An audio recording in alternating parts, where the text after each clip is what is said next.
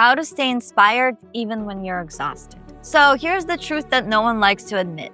Inspiration isn't always there when you need it. Some days you wake up buzzing with ideas, and other days you stare at the blank page with a deadline breathing down your neck. And actually, yesterday was one of those days. Sometimes you receive the bad news, sometimes, things happen in the real world, and you catch yourself into that feeling where you're just not capable to do anything. But here's the twist. Waiting for inspiration to magically arrive is the fastest way to burn out and fall behind. In this video, I'll show you how to find inspiration when you feel empty and how to keep moving even when it's nowhere to be found. Part 1.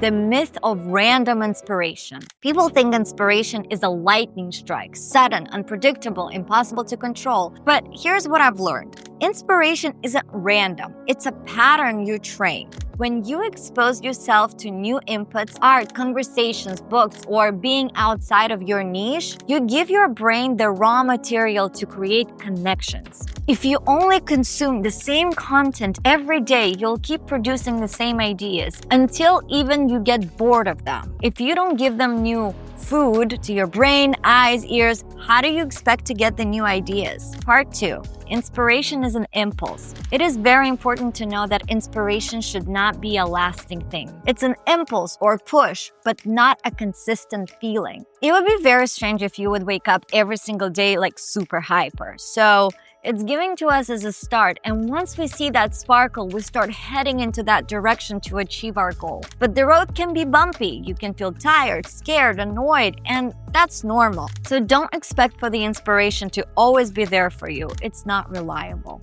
Part 3. My daily habits for staying inspired. I don't wait for the lightning strikes. I build small habits that keep me connected to my creative energy every single day. So number 1, capture system, a notebook or an app where I drop random ideas no matter how silly they are. Music and dancing. So I honestly think that that's the one that helps me the most because I just need to put on my favorite song and shake up my body and do the crazy moves and go a little bit wild for 3 minutes. And after that, I really feel that warm rush in my body and I'm ready for anything.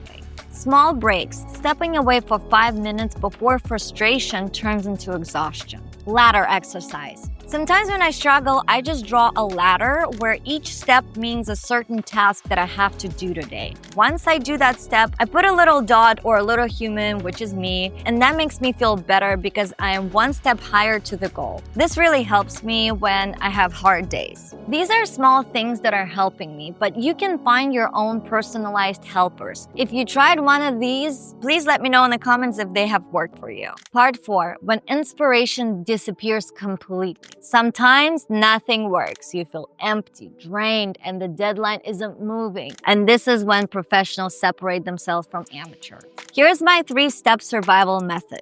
Acknowledge the block. Pretending you're fine only burns more energy. Sometimes the actual trigger is not what it seems at the beginning. Am I avoiding this task because it feels too big, too unclear, or not meaningful? Is this block comes from perfectionism or from genuine lack of clarity? What's the simplest next step I could take?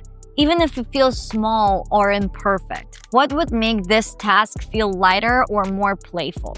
2. Switch the focus. Instead of demanding brilliance, just focus on completion. You can draft the presentation. It doesn't have to be perfect today, so you can check on all of the details tomorrow. But today, at least you have that simple template. Cold-hearted plan. Write down the exact plan, step by step, how you can move forward for the next week or 2, just to make sure you're still moving forward. Imagine you're going up the hill and you need a steady rhythm.